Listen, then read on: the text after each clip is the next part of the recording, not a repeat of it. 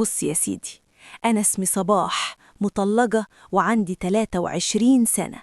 من يوم ما رجعت بيت أبويا وأنا حاسة إني حمل تقيل على الكل. عيون الناس في البلد ما بترحمش، والكلمة بتبقى زي السكينة. طلعت من بيت جوزي بكسرة نفس وأنا لسه في عز شبابي. ليل الريف وعر وسكوته بيخلي الواحدة تسمع دقات قلبها. في ليلة غبرة أهلي سافروا يقضوا واجب وأنا الوحدة خنقتني. قلت أروح لهنية جارتي وصاحبتي. خبطت على الباب وفتحت عيني لقيت منصور أخوها واقف ماله هدومه وعينيه فيها نظرة ما كنتش مطمنة لها. قلت له بلهفة: فين هنية يا منصور؟ راح رسم ضحكة هادية وقال لي: هنية لسه نازلة تجيب حاجة من الدكان على أول الشارع يا صباح، وقالت لي مسافة السكة وراجعة، ادخلي استنيها جوه، مش معقول تكفي على العتبة وعيون الجيران ترشك فيكي. كلامه طمني. قلت في بالي ده منصور ابن الجيران وحزبة أخويا. دخلت وجلعت العباية وقعدت في الصالة، وهو دخل المطبخ وجاب كاس عصير بارد وقعد قصادي وبدأ الكلام يجر كلام: انت زبتلي ليه كده يا صباح؟ ده انت لسه عود طري ومحتاجة اللي يراعي الأرض عشان تخضر. الكلام بدأ يلم حتة محرومة جوايا. منصور ما قعدش بعيد، راح جايم وقعد جنبي على الكنبة لدرجة إني شميت ريحة نفسه اللي كان طالع سخن. مسك كاس العصير من إيدي وبص في عيني بجرأة، وراح حاطط بوب كاس وهو عينه مش مفرجة عيني. فجأة راح مسك إيدي، حاولت أسحبها بالزوج، راح شددني عليه وقال لي: هنية مش هتيجي دلوقتي يا صباح، هنية عند خالتها في البلد التانية ومش راجعة إلا الصبح، بس أنا هنا وأنا أولى بك من أي حد. أنا اتصدمت، بس قبل منطق بك عشت فيها اللي ما شفتهوش في سنة جواز. بس الصدمة الكبيرة كانت لما الفجر بدأ يشقشق، لقيت منصور قعد على طرف السرير وبصلي ببرود وقال لي الكلمة اللي ذبحتني. بعد ما الليلة خلصت والفجر بدأ يشكشك، أنا كنت نسيت الدنيا وقلت خلاص منصور هو اللي هيلم شتاتي ويعوضني عن اللي شفته.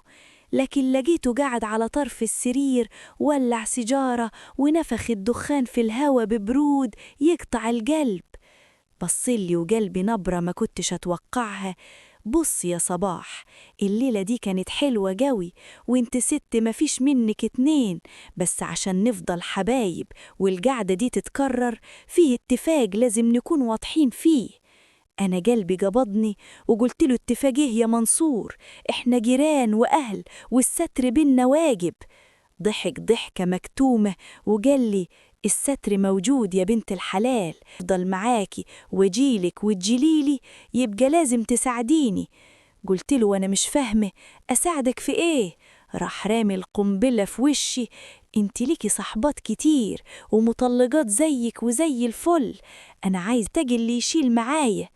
أنا الدنيا لفت بيا، يعني منصور مش عايزني لحبي، ده عايزني أكون دليلة أو خاطبة البرد تاني. ومن يومها يا سيدي وأنا واجعة في فخي ملوش قرار، بقيت أعمل المستحيل عشان أرضيه، بقيت أدور وسط صحباتي اللي ظروفهم زي ظروفي وزين له فيهم عشان من الكرامة، والليل في الريف ما بيسترش غير اللي قلوبهم ميته. بص يا سيدي، الحكاية بدأت تضلم أكتر وأنا غرقانة في شبري. أول واحدة فكرت فيها كانت نادية، صاحبتي من أيام المدرسة، مطلقة هي كمان، وبصراحة كانت ملوي الهدوم وعودها فرنساوي والكل بيبص عليها.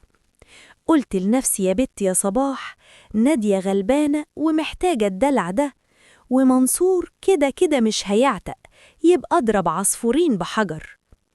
رحت لنادية وأحكي لها عن الهنا اللي شفته مع منصور وعن رجولته اللي تنسي الواحدة اسمها، لحد ما لقيت عينيها بتلمع ورقها جرى.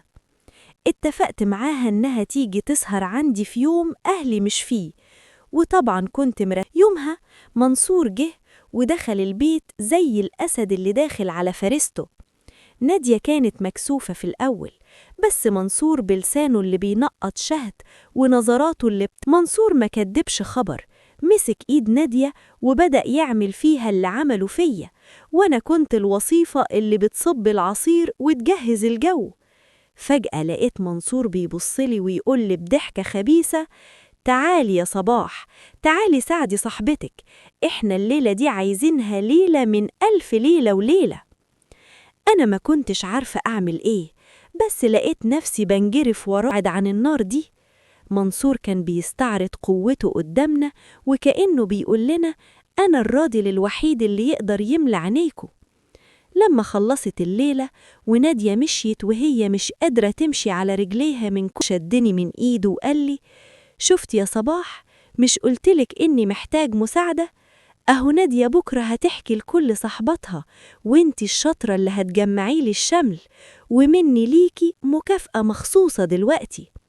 ورجع واقعد أتفرج وساعد واخد نصيبي في الآخر بمرارة وذل.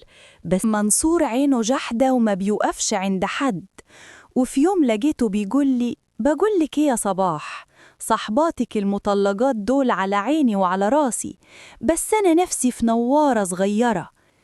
قلت له وأنا مخضوضة: يا منصور، دي فيها قطع رجاب، والبنات الصغيرين في البلد هنا مستورين في بيوت أهاليهم، هجيبلك منين بس؟ بصلي ببرود وقال لي: عندك سلوى بنت خالتك لسه مخلصة دبلوم وزي القشطة، دي لو جت وقعدت معانا ليلة أوعدك إني هعملك اللي تتمنيه وهشيلك من روحي. حاولي معاها يا صباح، البت دي بتثق فيكي وانت اللي هتعرفي تسحبيها. أنا قلبي وجعني، سلوى دي لحمي ودمي، بس شيطاني ومنصور كانوا أقوى مني. رحت لسلوى البيت وقعدت معاها وبدأت أجرجرها في الكلام عن الحب والرجولة، وبدأت أحكي لها إن في واحد باشا وقريبنا من بعيد ونفسه يخطبها، بس عايز يقعد معاها الأول بعيد عن العيون عشان يشوف القبول. البت كانت غلبانة وصدقتني، وفي يوم أهلي سافروا فيه كالعادة قلت لها: تعالي يا سلوى سهري معايا، ومنصور هيجيب صاحبه اللي كلمتك عليه.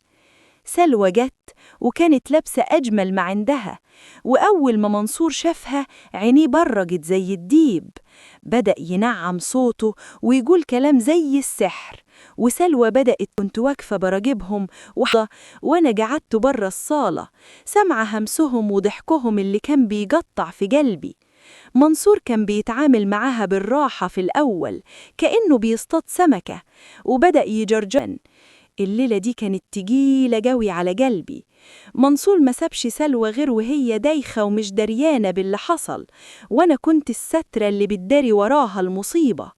لما خرجت سلوى وهي بتترعش، منصور غمزلي وقال لي: تسلم إيديك يا صباح، اكتليكي عندي السهرة الكبيرة. أنا خدت سلوى روحتها، وطول الطريق كنت نسيت سلوى ونسيت الدنيا كلها. بقيت أنا ومنصور عاملين زي عصابة، أنا جبله الغالي والرخيص تشبعش، وبقت البلد كلها تحت رجله من غير ما حد يحس، والسر كله مدفون في بير ملوش جرار، والبير ده أنا اللي حفرته بإيدي. أنا دلوقتي قاعدة وببص لنفسي في المراية، ما بلقيش صباح، بلقي واحدة تانية خالص، واحدة باعت أهلها وصحباتها عشان إنه مش هيتجوزها أبداً، وعارف إنه بيستخدمها قنطرة يوصل بيها لغيرها. الليل بيجي علي وسواده بيبقى كحلي، وبسأل نفسي: لحد إمتى يا صباح؟ بس الإجابة بتبقى عند منصور.